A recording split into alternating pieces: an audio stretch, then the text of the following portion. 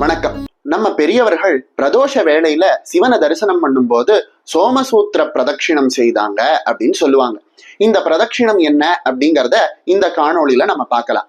பார்க்கடலை தேவர்களும் அசுரர்களும் கடைந்த போது அமுதமெல்லாம் வரதுக்கு முன்னாடி முதல்ல விஷம் தான் வந்தது. அந்த விஷத்துக்கு ஆலகால விஷம் அப்படின்னு பேரு. அந்த விஷத்தை பார்த்து தேவர்களும் அசுரர்களும் பயந்து கைலாசத்துக்கு போனாங்களாம்.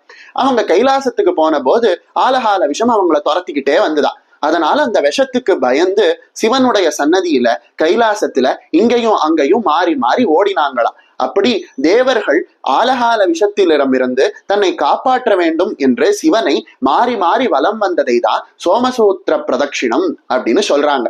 இந்த சோமசூத்திர பிரதட்சிணத்தை எப்படி செய்யணும் அப்படிங்கிறத இப்ப பார்க்கலாம். விருஷம் சண்டம் விருஷம் செய்வ சோமசூத்திரம் புனர்விருஷம் சண்டம் ச சோமசூத்திரம் ச புனச்சண்டம் புனர்விருஷம். இதுதான் சோமசூத்திர பிரதட்சிணத்தோட விதி. விஷத்துக்கிட்ட இருந்து சண்டர் கிட்ட போகணும், சண்டர் கிட்ட இருந்து மீண்டும் விஷத்துக்கிட்ட வரணும், விஷத்துக்கிட்ட இருந்து சோமசூத்திரம் வரைக்கும் போகணும், சோமசூத்திரத்துக்கிட்ட இருந்து மீண்டும் சண்டேஸ்வரர் கிட்ட வரைக்கும் வரணும், அதுல இருந்து திரும்பி சோமசூத்திரத்துக்கிட்ட வரைக்கும் வரணும், திரும்பி சண்டேஸ்வரர் கிட்ட வந்து திரும்பி ரிஷபத்துக்கிட்ட வந்து பிரதட்சிணத்தை முடிக்கணும். கேட்கறதுக்கு தலையே சுத்துது இல்லையா? ஆனா இதுக்கு பின்னாடி ஒரு பெரிய விளக்கமே இருக்கு. அதையும் இப்ப பாத்திரலாம் வாங்க. சிவன் கோயில்ல பிரதோஷ வேளையில நந்தி தேவருக்கு பின்னாடி இருந்து கொண்டு அவருடைய கொம்புகள் வழியா சிவலிங்கத்தை தரிசனம் பண்ணணும். அப்படி தரிசனம் பண்ணி நம்மளுடைய பிரதட்சணத்தை ஆரம்பிக்கணும். அப்படி ஆரம்பிச்சு நந்திகேஸ்வரர் கிட்ட இருந்து ஆரம்பிச்சு சண்டிகேஸ்வரர் வரைக்கும் போகணும். சண்டிகேஸ்வரர் கிட்ட போயிட்டு திரும்பி சண்டிகேஸ்வரரிடம் இருந்து நந்தி தேவர் வரைக்கும் வரணும். அப்படி நந்திதேவர் கிட்ட வந்த பிறகு நந்திதேவருடைய பின்னாடி நின்று அவருடைய கொம்புகள் வழியா திரும்பி ஈஸ்வரனை தரிசனம் பண்ணணும்.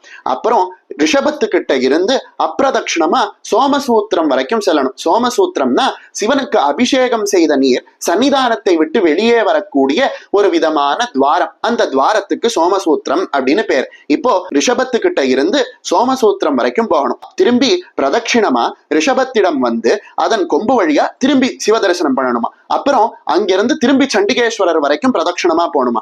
திரும்பி சண்டிகேஸ்வரர் கிட்ட இருந்து சோமசூத்திரம் வரைக்கும் வரணும். திரும்பி சண்டிகேஸ்வரரை தரிசனம் பண்ணணும். மீண்டும் அப்பிரதட்சிணமா வந்து ரிஷபத்தினுடைய பின்னாடி இருந்து அதனுடைய கொம்புகள் வழியா பிரதோஷ வேளையில ஈஸ்வரனை தரிசனம் பண்ணணுமா. தேவர்கள் ஆலகால விஷத்திடமிருந்து தன்னை காப்பாற்ற வேண்டும் அப்படின்னு கைலாசத்துல மாறி மாறி சுற்றி சுற்றி சிவனை வழிபாடு செய்ததனுடைய ஒரு குறிப்பால உணர்த்துவதை போல இந்த பிரதட்சிணத்தை நம்ம செய்யறோம். அது மட்டும் இல்லைங்க, ஆதியும் அந்தமும் இல்லா அருட்பெரும் ஜோதியை அப்படின்னு மாணிக்கவாசகர் சொன்னா போல சிவபெருமானுக்கு ஆரம்பமும் கிடையாது, முடிவும் கிடையாது. இப்படி நம்ம ஒரு பிரதட்சிணத்தை முழுவதுமா வந்து சிவபெருமானை வணங்கினோம் அப்படின்னா அவருக்கு ஆதியும் அந்தமும் இருக்கு அப்படின்னு சொல்லப்படக்கூடிய ஒரு வரையறை வந்துடும். அந்த வரையறை இல்லாம இருக்கணும் அப்படிங்கிறதுக்காக இந்த சோமசூத்திர பிரதட்சிணத்தை செய்ய ஆரம்பிச்சாங்க அப்படின்னு சொல்லுவாங்க. அதே மாதிரி பல புராணங்கள்லயும் பாத்தீங்கன்னா தெய்வத்தை தரிசனம் பண்ண சந்தோஷத்துல அந்த தெய்வத்தினுடைய பக்தர்கள் என்ன செய்வது அப்படின்னு தெரியாம பிரதட்சிணமாகவும் அப்பிரதட்சிணமாகவும் அந்த தெய்வத்தை வலம் வந்ததாக புராணங்கள் சொல்லுது. அதாவது தெய்வத்தை கண்ட சந்தோஷத்துல என்ன செய்வது அப்படின்னு தெரியாம தெய்வத்தை இடமாகவும் வலமாகவும் வலம் வந்தாங்க அப்படின்னு சொல்றாங்க. அந்த வகையில சிவபெருமானை பிரதோஷ வேளையில தரிசித்த அந்த ஆனந்தத்தில் நம்ம இடமாகவும் வலமாகவும் மாறி மாறி வலம் வரதை குறிப்பதாகவும் இந்த சோமசூத்திர பிரதட்சிணத்தை நம்ம செய்யறோம்.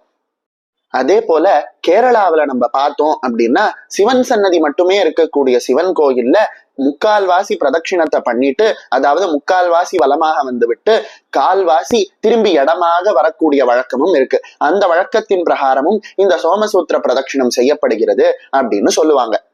தேவர்கள் ஆலகால விஷத்தினால சொல்ல ஒண்ணாத இன்னல்களுக்கு ஆளாகி என்ன செய்வதுன்னு தெரியாம சிவபெருமானை மாறி மாறி வலம் வந்தாங்க இல்லையா?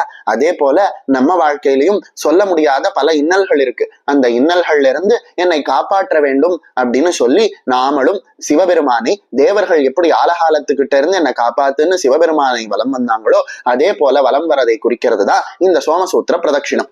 அது மட்டும் இல்லைங்க, இந்த சோமசூத்திர பிரதட்சிணத்தை ஒரு தடவை பண்ணா சிவன் கோயில 1000 தடவை வலம் வந்தத புண்ணியம் கிடைக்குமா. இனிமே பிரதோஷ வேளையில சிவன் கோயிலுக்கு சென்றால் இந்த சோமசூத்திர பிரதட்சிணத்தை செய்து பரமேஸ்வரனுடைய அருளை கோடி கோடியா நம்மளும் வாங்கிக்கலாம்.